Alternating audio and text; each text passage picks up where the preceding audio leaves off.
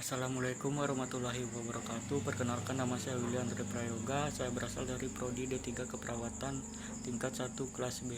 Saya akan mempresentasikan hasil jawaban dari ulangan tengah semester. Baiklah, saya akan mempresentasikan jawaban pertama, yaitu sebutkan dan jelaskan kedudukan dan fungsi bahasa Indonesia serta berikan contohnya. Baiklah, jawabannya, kedudukan dan fungsi bahasa Indonesia memiliki peran yang sangat penting, terutama sebagai identitas bangsa dan alat komunikasi. Berikut penjelasan lengkapnya. Kedudukan bahasa Indonesia. Yang pertama, bahasa nasional. Sebagai lambang kebanggaan nasional, bangsa Indonesia mencerminkan identitas dan jati diri bangsa Indonesia. Sebagai alat pemersatu sebagai suku bangsa, bahasa Indonesia digunakan sebagai alat komunikasi yang dapat menghubungkan suku-suku dan memiliki bahasa daerah yang berbeda. Sebagai alat penghubung antar daerah, bangsa ini memungkinkan masyarakat dari sebagian daerah saling berkomunikasi tanpa terhalang oleh perbedaan bangsa.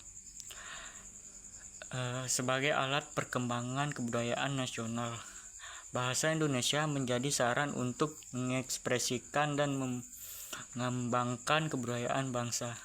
Yang kedua, bahasa negara. Sebagai bahasa resmi negara, bahasa Indonesia digunakan dalam kegiatan resmi pemerintah, termasuk administrasi, hukum, dan pendidikan. Sebagai bahasa pengantar dalam dunia pendidikan, digunakan sebagai bahasa pengantar dalam proses pelajaran di sekolah dan universitas.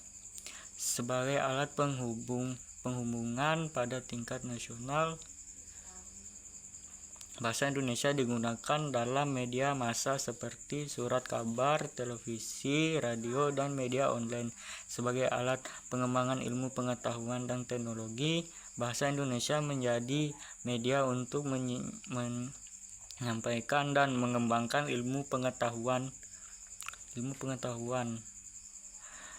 Yang ketiga, fungsi bahasa Indonesia. Yang pertama, fungsi komunikatif. Bahasa Indonesia digunakan untuk menyampaikan pesan, informasi, dan perasaan antara satu orang dengan orang lainnya. Contohnya, seorang guru menyampaikan pelajaran kepada muridnya menggunakan bahasa Indonesia. Yang kedua, fungsi ekspresif. Bahasa Indonesia digunakan untuk mengekspresikan pesan, emosi, dan pendapat pribadi. Contohnya, penulis puisi mempersiapkan perasaannya melalui karya sastra dalam bahasa Indonesia. Baik, selanjutnya saya akan menjawab pertanyaan nomor 2, yaitu jelaskan pengertian ragam bahasa Indonesia dan berikan masing-masing contohnya.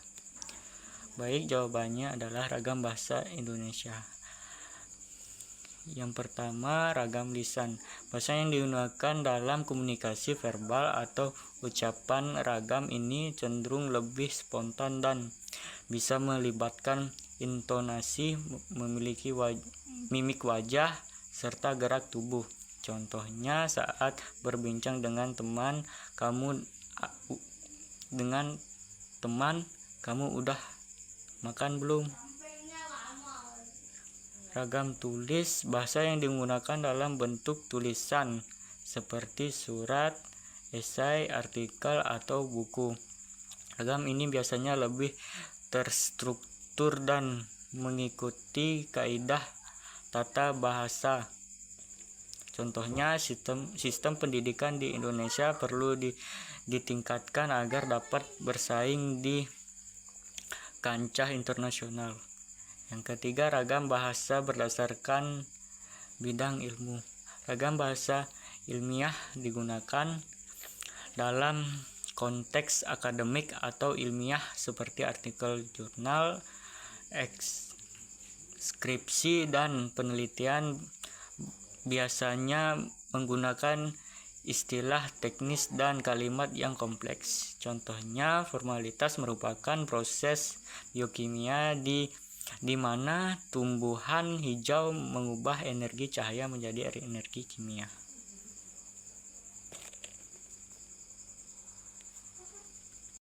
Baik, saya akan melanjutkan jawaban soal selanjutnya. Yang ketiga, jelaskan apa itu ejaan dan tanda baca dan berikan masing-masing contohnya. Jawabannya adalah, ejaan adalah aturan tentang cara menuliskan kata-kata dengan benar, termasuk penggunaan huruf, penulisan kata, dan penggunaan huruf kapital. Contohnya praktis bukan praktek, aktivitas bukan aktivitas.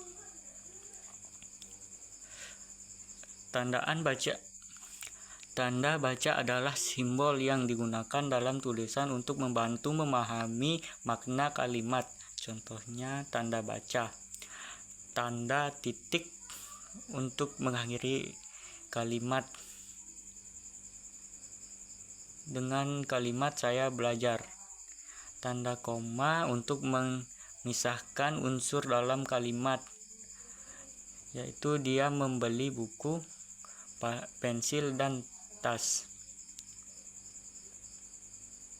Selanjutnya saya akan menjelaskan pertanyaan keempat, yaitu jelaskan pengertian diksi dan berikan contohnya dalam kalimat. Diksi adalah pemilihan kata yang dapat dan sesuai dalam penyampaian gagasan agar pesan dapat dipahami dengan jelas dan efektif. Pemilihan diksi yang tepat membantu memberikan nuansa dan makna yang lebih kuat dalam kalimat. Contoh dan kalimat. Diksi umum, dia pergi dengan cepat. Diksi khusus, dia berlari dengan gesit. Kalimat kedua memberikan gambaran yang lebih spesifik dan jelas tentang bagaimana dia pergi. Selanjutnya saya akan membacakan jawaban soal kelima. Berikan contoh seperti apa itu kalimat efektif dan jelaskan pengertiannya. Baik, jawabannya adalah kalimat efektif adalah kalimat yang menampilkan pesan dengan jelas dan tepat sehingga mudah dipahami oleh pembaca atau pendengar. Ciri-cirinya meliputi kejelasan subjek dan predikat, penggunaan diksi yang tepat, serta struktur yang lolos dan sistematis. Contoh kalimat efektif, Ani membaca buku di perpustakaan untuk menambah pengetahuannya, yang menunjukkan tindakan dan tujuan secara jelas. Kalimat ini memenuhi unsur-unsur penting seperti subjek atau Ani dan predikat membaca, serta memberikan informasi yang lengkap tanpa ambigu. Selanjutnya saya akan menjawab soal yang ke-6. Jelaskan pengertian paragraf dan jelaskan pula pengertian paragraf, deskripsi, eksposisi, narasi, argumentasi. Nah, jawabannya lah paragraf adalah kesimpulan kalimat yang memiliki suatu ide pokok. Jenis-jenis paragraf. Yang pertama, deskripsi, menggambarkan sesuatu secara detail agar pembaca dapat membayangkannya. Yang kedua, eksposisi, menjelaskan informasi atau fakta dan yang dengan jelas tanpa mempengaruhi pendapat. Yang ketiga, narasi, menciptakan rangkaian peristiwa secara berurutan. Yang keempat, persuasi, mempengaruhi pembaca agar setuju atau melakukan sesuatu. Sekian presentasi hasil jawaban saya ini. Saya tutup dengan wassalamualaikum warahmatullahi wabarakatuh.